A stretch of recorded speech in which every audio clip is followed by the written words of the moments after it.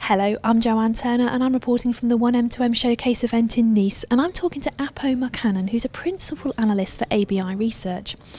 Aapo, you've just done a presentation here today about the Internet of Everything and Internet of Things, and one of the key observances you made was about app developers being kingmakers. Perhaps you can enhance a little bit on that. Yeah, sure. What I mean by that is essentially that it is not that the industry is moving from M2M to IoT, and the really kind of big underlying change is that these technologies, they are either made or broken by the developers. People actually develop applications and build things, rather than in the old model it was very top-down.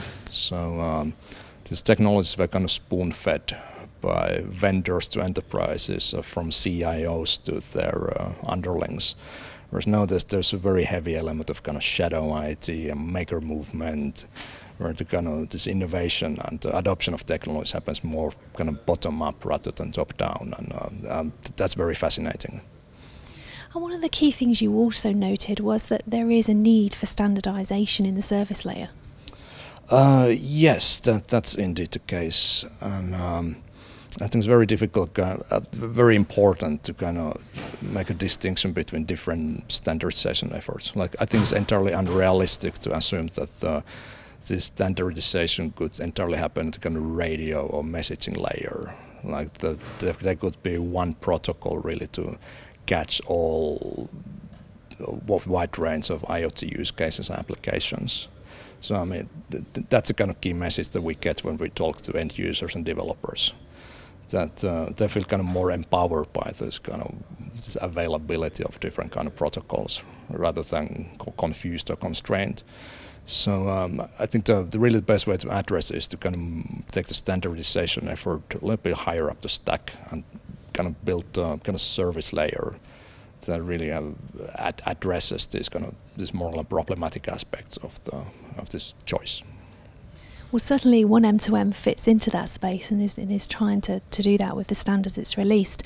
So you also talked about sort of fragmentation versus choice in the market and the sort of glass half full effect. Perhaps you can enlarge a bit on that for us. Yeah, I personally find it very even amusing when companies do a lot of kind of hand-wringing over the so-called fragmentation, how it's holding back the market and making people confused. And whereas I mean the reality really is that, as I said, this choice is first of all it's empowering. It's really kind of liberating developers to build more complex and versatile applications and products and services. So that's how I really see it. It's more about choice rather than fragmentation. And it's something that I think this choice should be embraced. It's not going to go away. It's going to get even greater over the next couple of years. But as I said, it's kind of really now the kind of priority should be really to come up with the right ways to address this. It's kind of more like this negative side effects of this greater degree of choice in the landscape.